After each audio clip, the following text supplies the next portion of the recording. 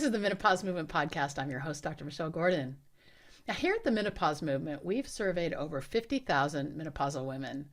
And through this, we've discovered that the number one cause of menopausal suffering for our clients is weight gain. Now, you've said things like, how do I lose the menopause belly? I don't recognize myself anymore. How can I get me back? When menopause hit me out of the blue, I had no idea what was happening. And when I gained about 50 pounds overnight, I hated what I saw in the mirror. The menopause movement exists to provide world-class transformational education to women who are suffering from the symptoms and effects of menopause. And we're here to give you the education you need to get your life back. We want menopause to be the best time of your life. I mean, it is for me, and I want that for you. After years of trial and error, I finally cracked the code with my menopause weight, and now I want to share with you how I did it. I realized that what helped me the most was a challenge. So we've created a challenge for you to help you lose your menopause belly. Simply go to menopausemovement.com/challenge to sign up. I'll see you there. Hey, what's up, Menopod? Dr. G here. Welcome to another episode of the Menopause Movement Podcast. Now, as you know, my son Alex was diagnosed with cancer when he was just a toddler. And it was a frightening time in my life and in his life, and our whole family, actually. We had endless doctor visits and hospital stays with painful procedures and toxic chemicals just to keep him alive. I had so much anxiety, and I couldn't think of anything else but his death for the first few months of the illness. It was awful. But I didn't like how that felt, and I went looking for a way to manage that anxiety. The first step for me was awareness of my thoughts and the actions that came from them. When it comes to menopause and life, the only constant is change. And what I'm here to tell you is that change is possible, but it won't happen overnight. The first step to any change is making the decision to change. And then we have to back that up with action. And that's the big challenge, right? How do we take any action? And even more importantly, what actions do we need to take?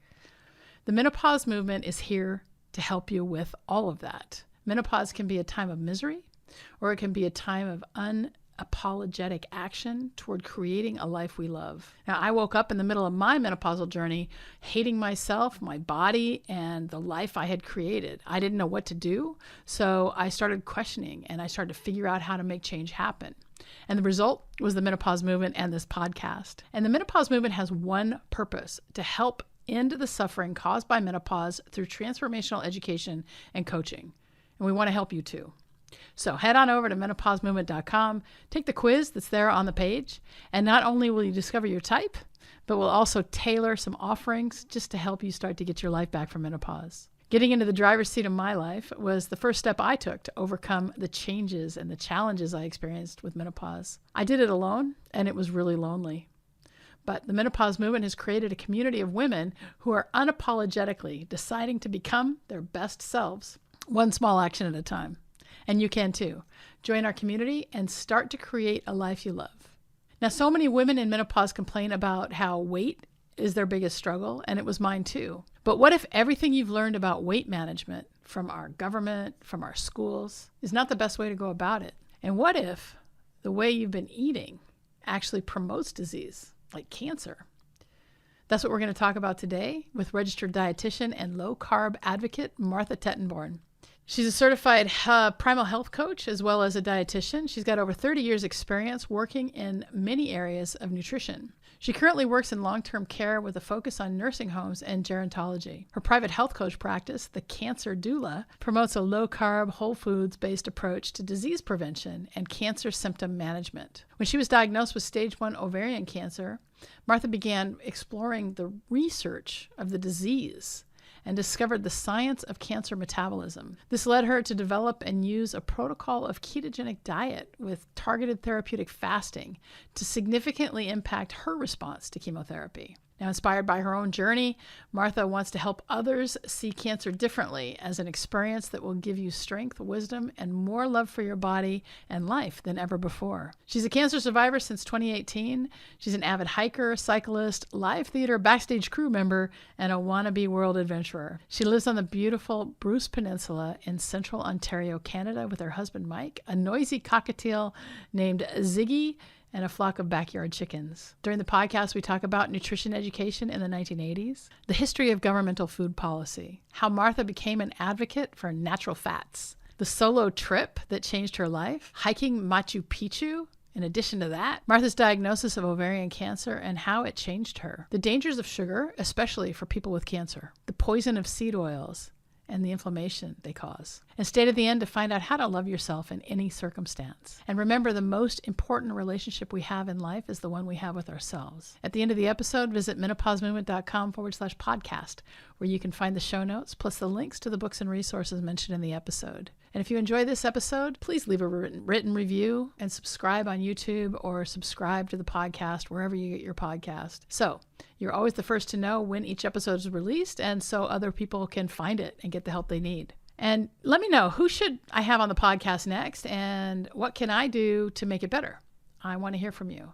So send me a DM on Instagram at Dr. Michelle Gordon. That's DrMichellGordon, or on Facebook at Dr. Michelle Gordon, where you can talk to me directly. And if you send an email to Dr. Gordon, drgordon@menopausemovement.com, you'll also get me. Thanks for being a part of the Menopause Movement. Now let's get to Martha.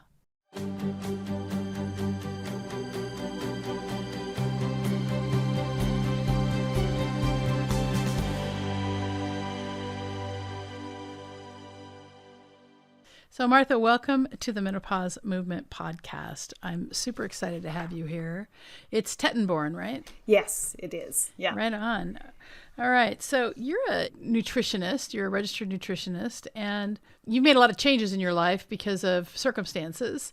And so when you went through nutritional training school, what did you learn? Oh, well, I started university in 1980, which was the year that the McGovern Commission came out with their low-fat guidelines for all Americans, everybody over the age of 2. And that in turn affected all Western medicine. I'm Canadian, so the Canadians also adopted the American guidelines, and as did the British and the Australians and everybody basically in the world. But it was considered cutting edge science. We felt like we were on the edge of something incredibly new and powerful and different. And that's how I was taught. That's how I practiced for probably the first 20 years of my practice. And I worked in acute care, and I worked in home care, and I did some private practice and stuff over my many years as a dietitian. Most of the time, I really wasn't very successful in truly helping people to be better. I mean, acute care medicine, yes, if you have to help somebody with tube feedings or that sort of stuff, there's still an important role there. But in terms of chronic disease, no. The whole idea that we had to change people's cholesterol was misguided. But of course, that's what we were all aiming to do, and yet we weren't overly successful at it. Weight loss, no.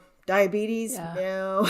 So let's talk for a second about what the McGovern Commission did. So this guy, Ancel Keys, decides to do a study called the 7 Nations Study. Ancel Keys wasn't even a nutrition scientist. He was an eel biologist, actually kind of an electrophysiologist type guy. And so he does this super bad study that's filled with bullshit, and he ends up making this assumption that fat is bad. And that assumption then trickles down into our farm and nutrition science, pseudoscience as it were.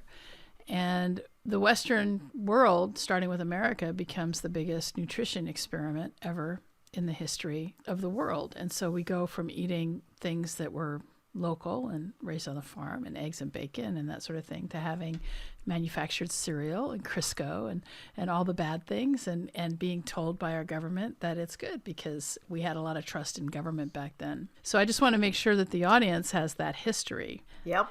And it goes back further than that too. When you go back to like Harvey Kellogg and the Seventh-day Adventist movement and the idea that meat was too exciting for your body. People weren't supposed to be excited, and they weren't supposed to be passionate, and they weren't supposed to have sexual drives and all that kind of stuff. So by eating dry cereal, you could actually like tamp down all that. That was sort of Harvey Kellogg approach. So that came even before the Ancel Keys thing. right?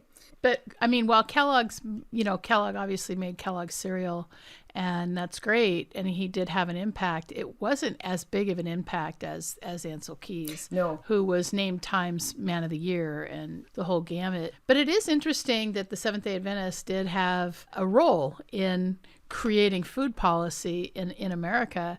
And what's really funny is I was born with a heart defect. I had an atrial septal defect. For those of you who don't understand that, that's like a hole between the very two top chambers of the heart. And when I went for my very first heart catheterization when I was 18 years old, they had an option called Loma Linda. And Loma Linda is a town in Southern California that is very Seventh-day Adventist. And there's a hospital there, and you can't even get meat there. And so it was like this texturized soy protein. And at the time, of course, I was a vegetarian because I thought that was the right way to eat. And I ate it, and it actually wasn't horrible. But yeah, so soy.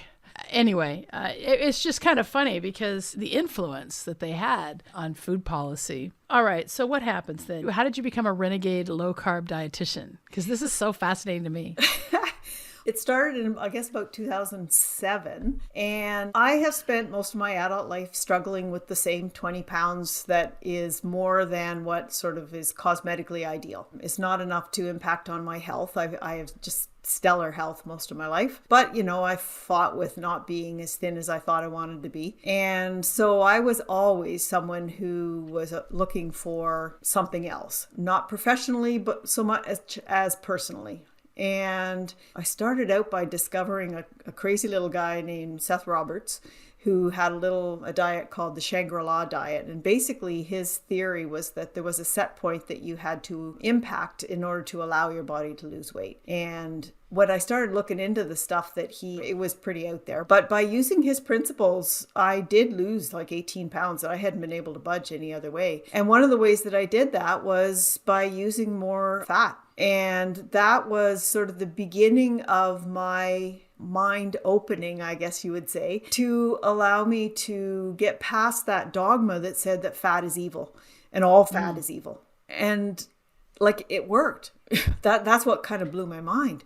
So I started looking more into this concept that maybe we didn't know everything. And that led me to Mark's Daily Apple, Mark Sisson, and the Primal Blueprint and that primal way of life. And the whole concept of ancestral eating. In other words, looking at what humans have done for 2.5 million years to become the animal with the biggest brain and the most successful animal on the planet. I mean, you can argue that in terms of how we're destroying the planet and all that, but that's a conversation for another day. But the concept that we grew this entire huge, massive brain and all the things that we've done with it based on this diet that we've created over 200,000, 500,000, a million, actually about 2.5 million if you go right back to the savannah, that we became the apes that ate meat, and that we became the creatures that could cook meat and cook food to make it more bioavailable and all that kind of stuff. And then you compare that to what we've done in the last 100 years with processing food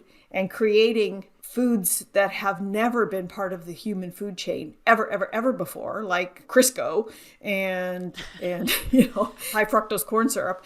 How we've somehow thought that those were better, like these created things were better, and then almost made bad to eat things that were ancestral and better to eat things that were created, air quotes. Right. But yeah, so I think there's an opportunity here to talk about like what happened with not just Ancel Keys, but even going back further. The issue was we have a policy that demonizes fat. But then on top of that, we also have policy that really glorifies science. And so it's not only, hey, eat this, not that. It's this is manufactured and science is awesome. And we just made it to the moon and all these things.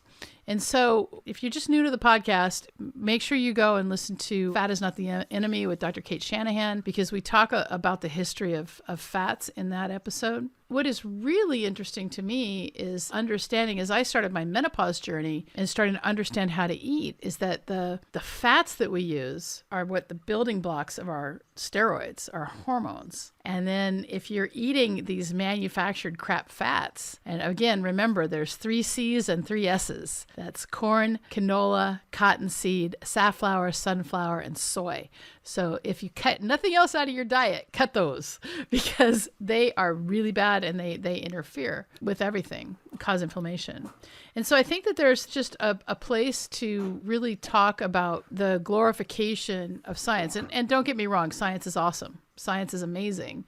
And science has taught us all about what's happening in the space between our atoms and how the universe works and how we can get things in our lives just by thinking, right? Mm-hmm. But we also have to be super careful about what we choose to put in our mouths because we still are physical and we still have software that's used to real stuff. The other podcast I want to ask people to go and listen to is regional eating and how it can help you with Kathleen Finley, because that's all talking about going locally and eating locally. So what I want to ask you is, what about ancestral eating and what about our current food supply? What changed for you? Well, it started with the sugar, taking out sugar, understanding that there was a problem with sugar, I guess, because as dietitians, we didn't really think there was anything wrong with sugar. The only thing that was absolutely connected to sugar, according to the science when I was in school, was dental caries, nothing else. Right? So that started with the sugar. Then I learned more about the industrial seed oils and the polyunsaturated fats as opposed to saturated and healthy natural fats that come from animals. And then the third one was the grains, the industrial grains that are produced with heavy use of glyphosate, the Roundup, the Monsanto glyphosate, and the fact that that is probably a lot of what is involved in the grain intolerance that we see in so many people these days. So switching to when I do use grains, I use organic grains. I think, well, we have an opportunity to talk about that because when I go to Europe,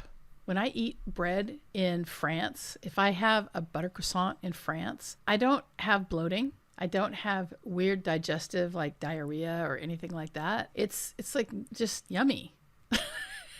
South America too. Yeah. I hiked Machu Picchu with my best friend in 2015, and she's completely sensitive up in Canada. Yeah. And down there we could eat everything, including the puffy white bread. Wow. It was fine. And I had read about that online, so I had suggested that we try it when we were there. I always have been someone that feels better not eating a lot of regular wheat. And both of us, when you're hiking the Inca Trail, you eat whatever they put in front of you, right? Absolutely. So, I can imagine. Yeah. I want to hear a little bit more. I mean, I love to travel. And I haven't done Machu Picchu, but I've been to Antarctica and yeah. We were there just before the pandemic. I mean, it was into evolution. Oh. So we left Santiago in February of 2020, and then the world went crazy. So sure did. Yeah. So I just would love to hear a little bit about the Inca Trail. I mean, I know that we're talking about diet and stuff, but what's that like and how long did it take and how did your life change as a result of doing it? Well, we've always been a household that decided that we weren't going to wait till we retired to travel and enjoy life, partly because my husband's entire extended family is over in Europe and Germany. And so we've gone back and forth, and we've sent a child there for a year to high school, and we took in a nephew for a year to go to high school here in Ontario. And so we were fairly connected. But I've also done a lot of development work where I've gone to Central America, usually Guatemala or Honduras, and we go down for 2 weeks and we work with the local people and we build something like a home or a community center or something like that. And I've been doing that since about 2000. So when I turned 50, I decided I was going to do a big trip, and I was going to do it by myself. And I went to Guatemala for 3 weeks alone. I'd never traveled alone, been with my husband since I was a teenager, never traveled alone. It was life-changing to be completely on my own, right? I wasn't mom, I wasn't wife, I wasn't financial manager, I wasn't the dietitian, I didn't have my church responsibilities. I had nothing. It was just me in the moment, right? It was amazing. So when I was turning 55, I wanted to do something big, and I decided I wanted to hike the Inca Trail to Machu Picchu. And my best friend decided she would come with me. We've been friends since grade 7. And so the two of us went to Peru for 3 weeks. So again, the Inca Trail itself is a 4-day hike. It's 42 kilometers. It's in the high mountains, so the air is fairly thin, and you do a couple of really high passes where the air is very thin. The Inca Trail it's stone. It's paved with rough stone, and most of it is steps, and they're not even steps. They're up and they're down and they're all over, and you're climbing around the edges of mountains. And It makes me think of the Colosseum. Have you been to the Colosseum in Rome? I have not. So the no. Colosseum in Rome has these steps, right? If you think about doing a lunge, think about how far you put your leg forward when you do a lunge. It's like every step is like a lunge up. It's just not they don't even feel human. And it's like, were people giants back then? And so I can imagine that some of the steps are like that, right? Where they like kind of high up or yeah.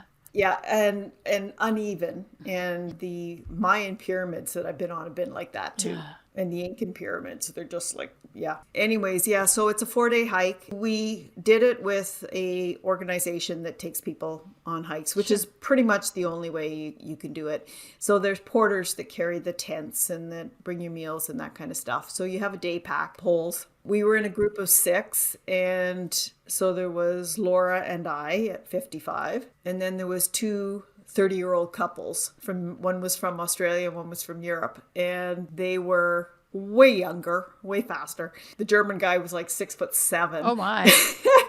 Yeah. But we kept up. We hung back sometimes, but it was an amazing experience just to be able to do it, to see the mountains, the Andes, and to experience the history. It was absolutely, I loved it. Wow. But it was only one part of that 3 weeks. We did Lima, Cusco, the Sacred Valley, the 4 days on the Inca Trail. And then we took a bus to Lake Titicaca, and we went out on the lake and stayed overnight in a private home out there. And then we went to the Colca Canyon, which is the second deepest canyon on the planet. It's about twice as deep as the Grand Canyon, believe it or not. Spent a few days kind of recovering there. And then we went to Arequipa, which is a colonial city, very beautiful colonial city, and the heart of the alpaca yarn industry in Peru. Wow. Big knitter here. This was a really big deal for me. I mean, I came home with 2 kilograms of yarn. Wow. In carry-on luggage. Heavy. Like we had nothing but carry-on the whole trip, right? Yeah. For 3 weeks, hiking and everything. So yeah, it was a wonderful, wonderful experience. And again, just being able to step out of everything in your life and do something entirely for yourself that's very physically challenging and mentally challenging. Yeah, I'd recommend it to anybody. Yeah, one of the things I want to do, I want to do Machu Picchu, but I also want to do the, what is it, Camino Real? Camino de Santiago. Camino de Santiago. Yeah, that's it. Camino de Santiago. Yeah, so I'd love to do that. That's like a 3-week hike. Yeah, so those are some of the things that are on my bucket list. I've done all the luxurious trips all over the world, and now I want to do, after doing some adventure trips, we went to the Arctic in 2018, and then we went to Antarctica at the end of 2019 into 2020. And I was like, I don't want to do luxury trips anymore. I just want to do adventure. I've never done luxury trips. Yeah. I visit family, or I go to a third world country and I live in a local village and build things. Fun. Like shovel cement. Like we build cement on the ground in a crater, like in a volcano. And I've hiked up some volcanoes, which is in Central America, which is very cool too. So neat. We're not luxury trip kind of people. In fact, in about 3 hours, we're driving off to go camping. Oh, fun. I like camping. I used to camp. I grew up in Washington State, and so we did a lot of camping. It's just kind of part of the culture. You go to the mountains because there's like real mountains there. Yeah. So to get back to diet and the best way to eat, especially if you've been diagnosed with cancer, let's talk a little bit about what happened with you and how you understood sugar, but then you had some other things happen. I had been doing low carb nutrition for a couple of years. My day job is in long-term care. Okay. I work in nursing homes, but I had done some extra certification through the Primal Health Coach Institute to get a low carb certification on top of my RD.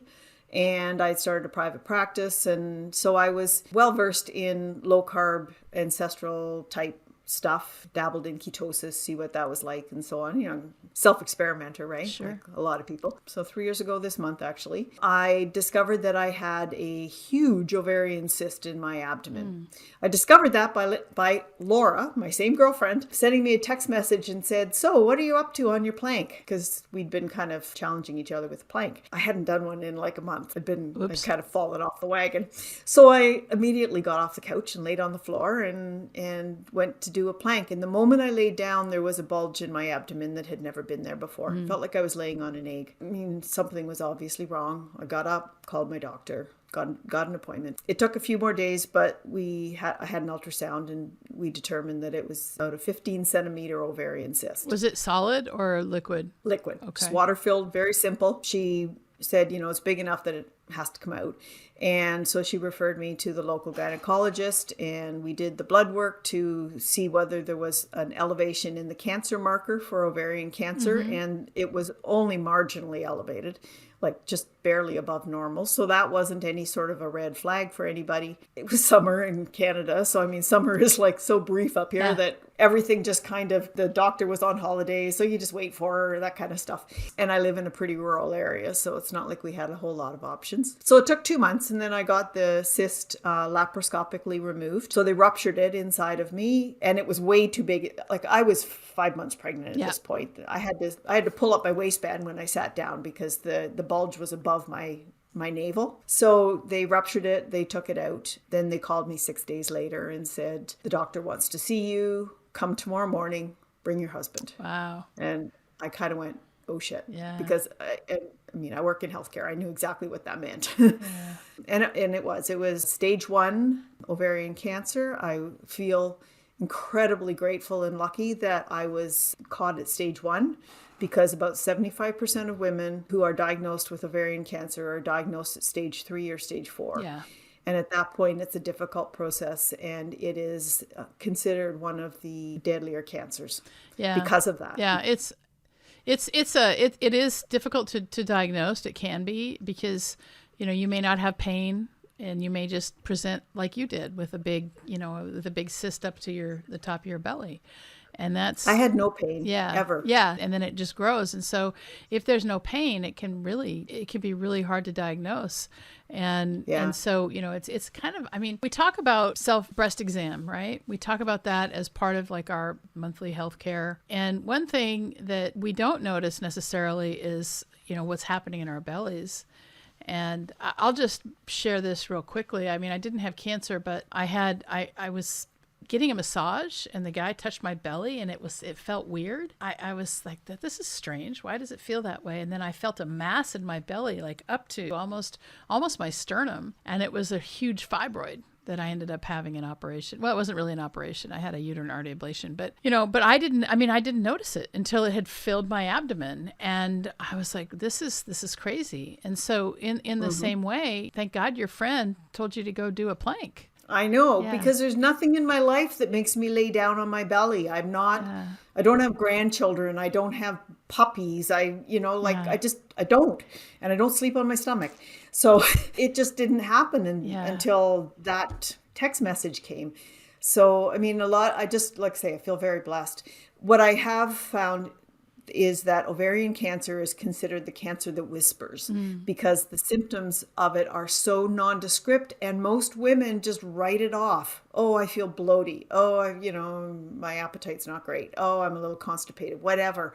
They just think it's part of menopause or being a woman or, my life's too stressful or something. And so they write it off until it's too late. Yeah. Yeah. I think there's more to it than that. I think, and we try to address this at the menopause movement, but what I think is really happening is we live in a patriarchy. We are raised to serve men, and I'm not against men. People don't think I hate men. I don't hate men, but we are kind of raised in a way that we're supposed to serve them. And so as like from my experience growing up, I grew up in Washington State, not too far from Canada.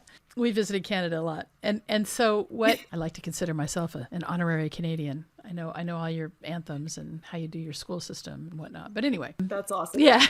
But I'll tell you, I live about 5,000 kilometers away from that part of Canada. Yeah. So. Yeah, I know. But I mean, it's just Canada's so awesome because what I love about Canada is people are really nice. People are just nice and polite, and it hasn't, I mean, yeah, you can get into Toronto and maybe have some people who are maybe not so nice, but it's not, I just find people, it's just a nice place to visit. And, you know, I've always loved Canada.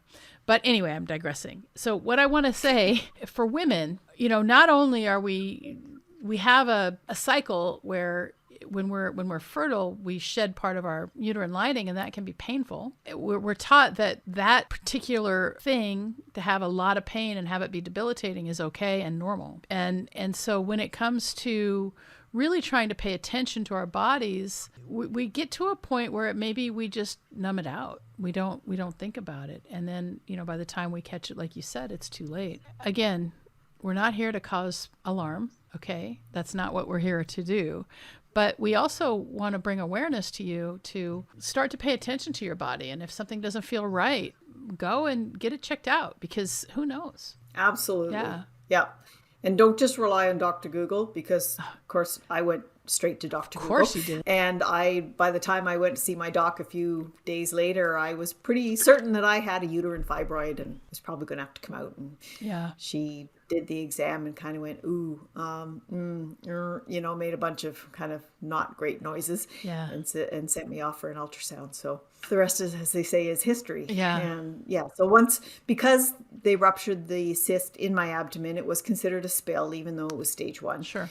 And therefore I was referred on for oncology consult. And for me, that involved driving 3 hours to the nearest regional cancer center and meeting with an oncologist there. So I ended up having further surgery. I had a full hysterectomy, and that sort of completed the standard of care for ovarian cancer. They didn't do chemo inside? Well, not at that point. Okay. I was highly recommended to do chemo.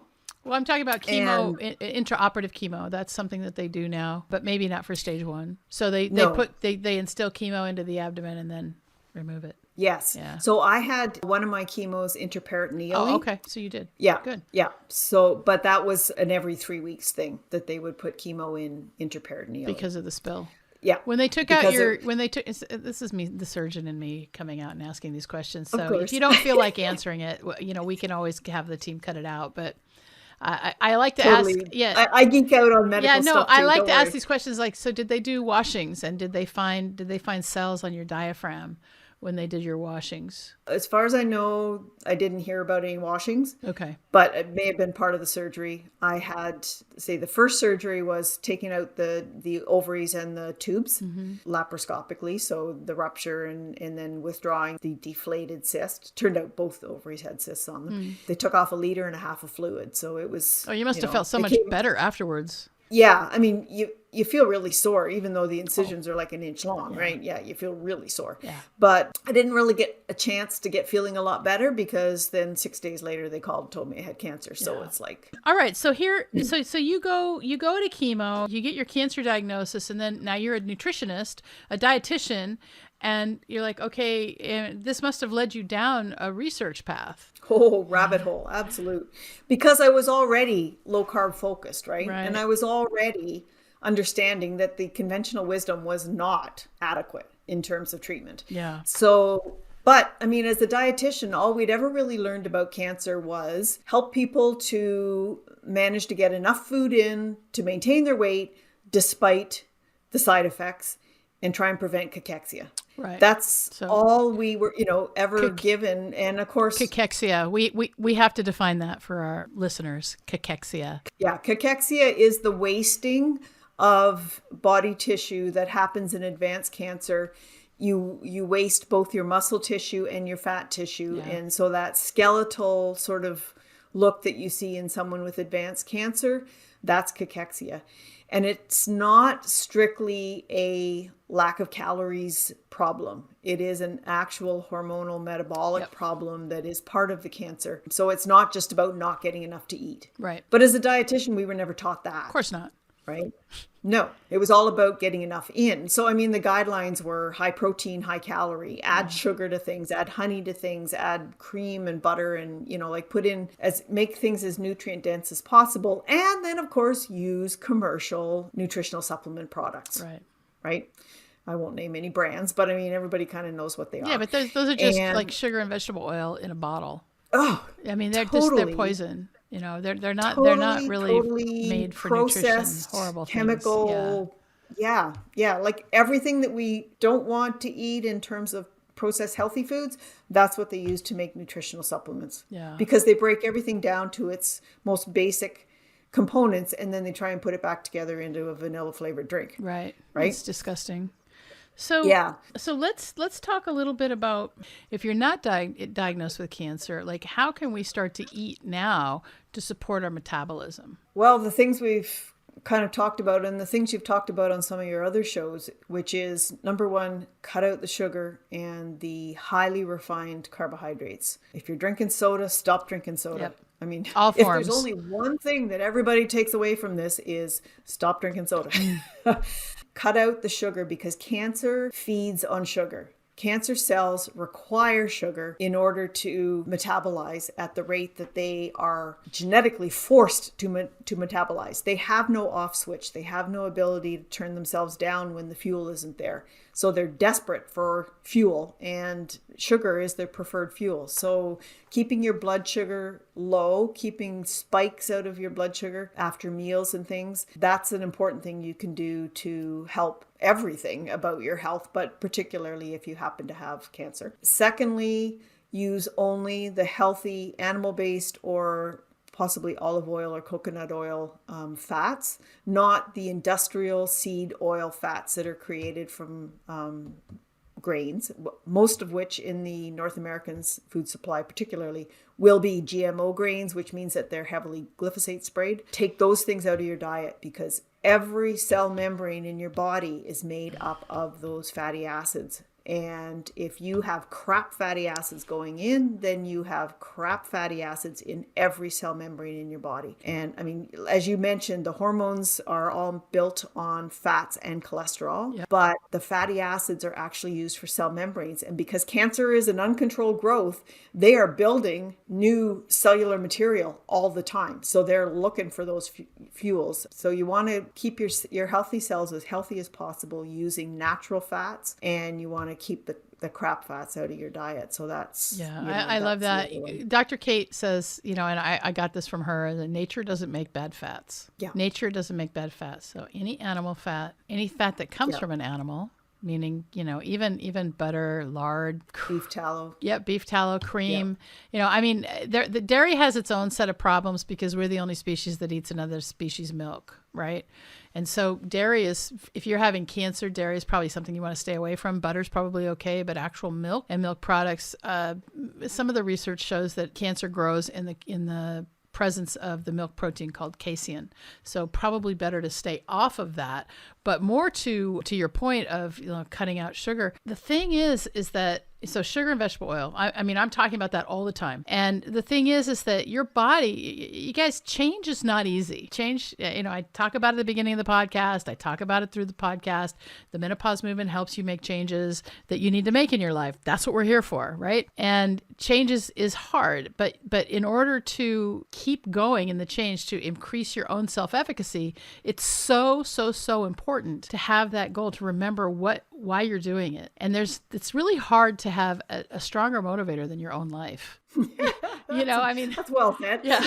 I mean, if you continue to do the same things you've been doing, especially if you're dealing with cancer right now, you're probably just going to end up having more problems with it. And so right now we're giving you a tool that you can use in your life to maybe even avoid cancer.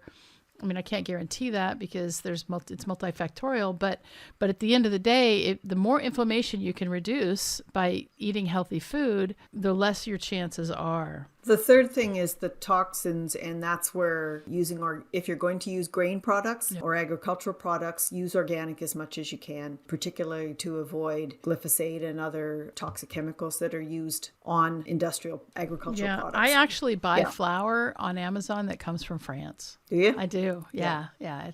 So if I ever have the hankering, organic bread and organic cereal for my husband, who still likes to use those things, just to try and keep, and organic flour. But I live where I can buy local organic flour too. So if I ever have a hankering for bread, if I want to make bread, I made bread at the beginning of the pandemic. I was like, I got to make bread. Like a lot of people got back into making bread. You and everybody else. Yeah. So I made my own bread and it was really yummy. But then I was like, I don't feel so good. So I got this flour from France. So I should probably use it before it goes bad. So we did talk a little bit about how we ignore our bodies. Let's talk for a minute about things that you've done to keep yourself going, in terms of, really the way you've chosen to think through managing this setback in your life. It was huge for me. I identified as being extremely healthy. I was trying to establish a private practice based on low carb that was all about, aging awesomely. And I felt spectacularly healthy. I mean, I'm not a super exerciser or anything, but I've always felt really well. And I've always had the energy to do the things I want to do and been very grateful for that. When I was diagnosed with cancer, it was a major blow to my sense of self-identity and, both personally and professionally. And so I had to come to terms with that. Did you have to work through a sense of failure? Yeah. Like you'd failed yourself or? Yeah.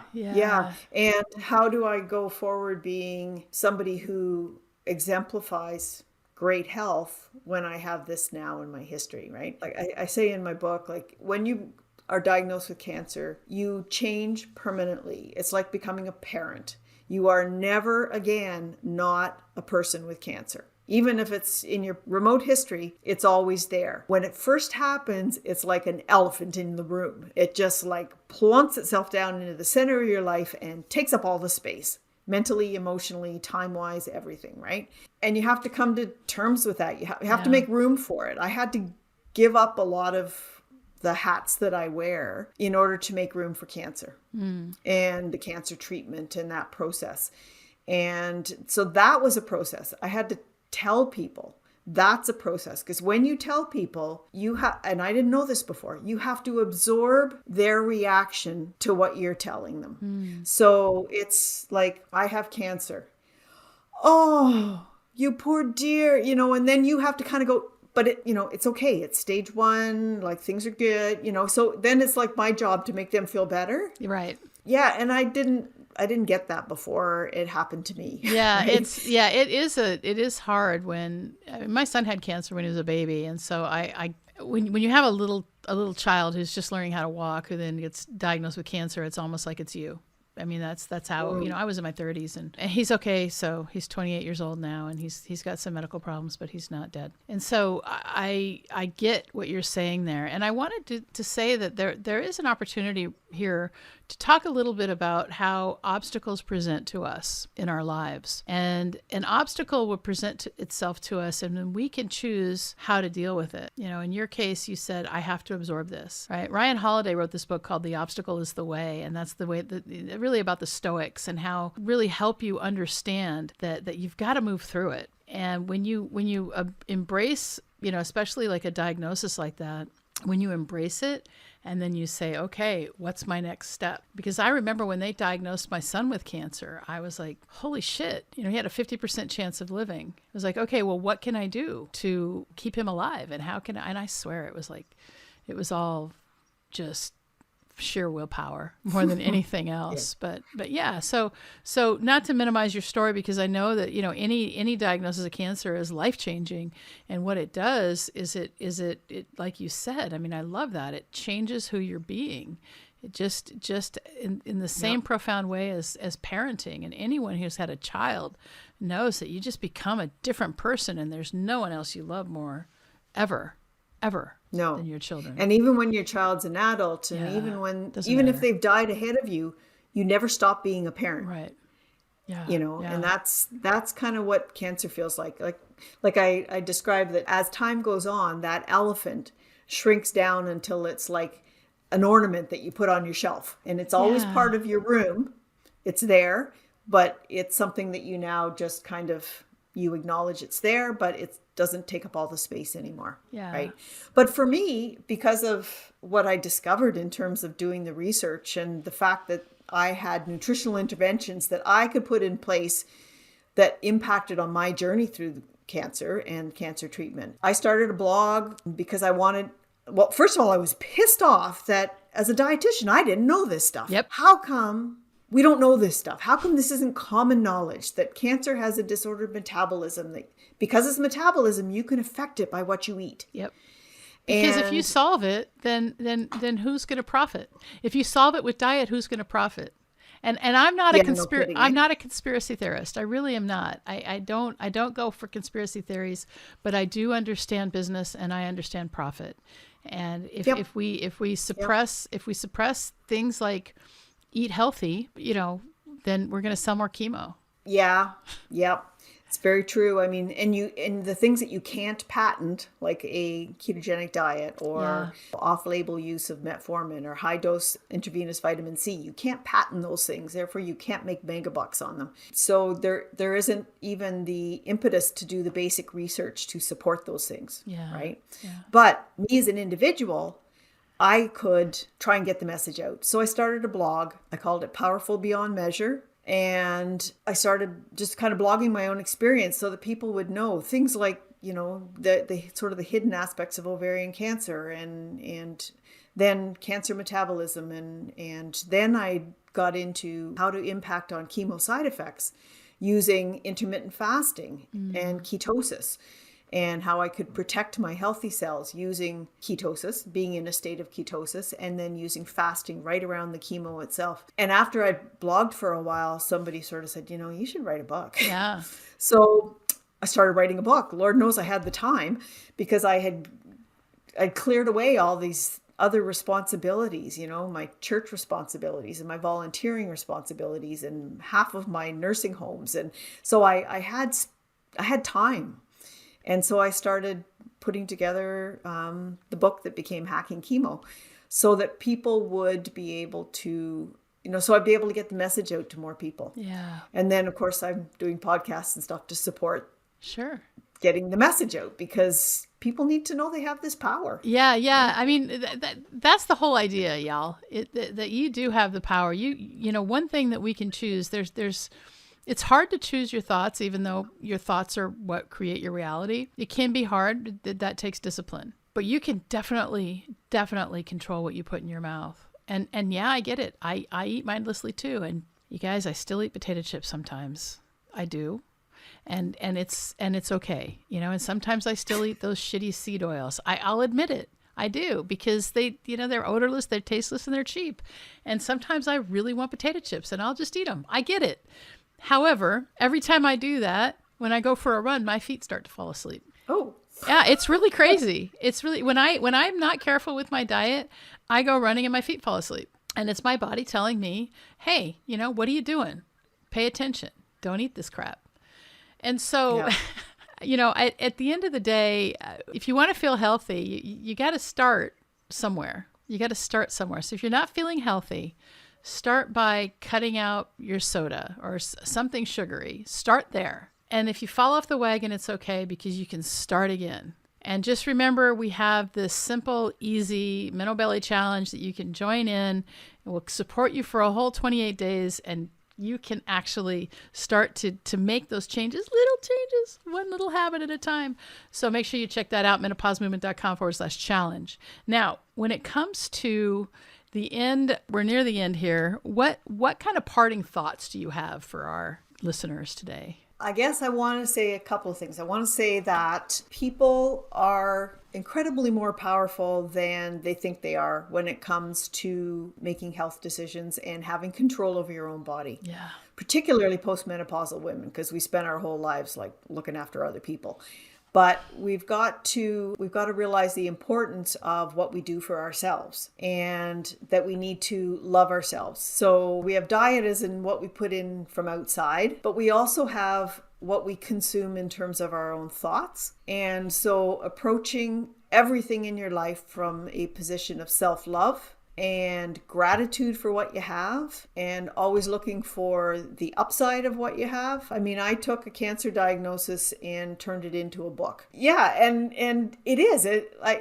Some people would kind of go, oh, don't you want to put the cancer behind you? Like, just pretend it never happened, because it's been 2.5 years now that since I finished chemo. And it's like, but it changed me in my core, right? Into something different. And it took the passion that I had for low carb and it focused it in on that particular area. Yeah. And at that point, like 2 years ago, there really weren't people talking about low carb nutritional interventions around cancer, and particularly around chemotherapy, using fasting around chemotherapy and stuff. Nobody had actually kind of championed that particular corner of low carb nutrition. Yeah.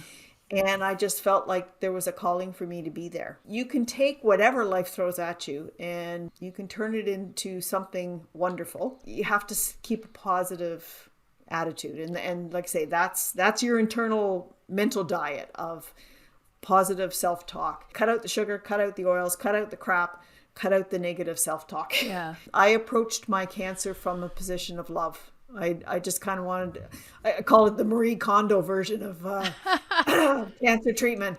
I would sort of go like, okay, what is this cancer teaching me, first of all? And secondly, as Marie Kondo says, if there's something in your life that's not sparking joy, thank it for its time in your life and then let it go. Yeah. And that was kind of how I approached my cancer. Yeah, I think that there's an opportunity here to just talk a little bit how we choose to be around anything.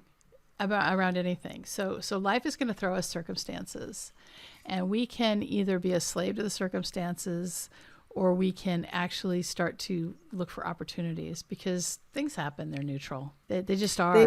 They always happen. Yeah. Yeah. And I mean, it's okay to have a pity party for a little while. Of course. It's okay to acknowledge that these things suck. Sure. Right. But you can't stay there. You need to find something to move forward or move through.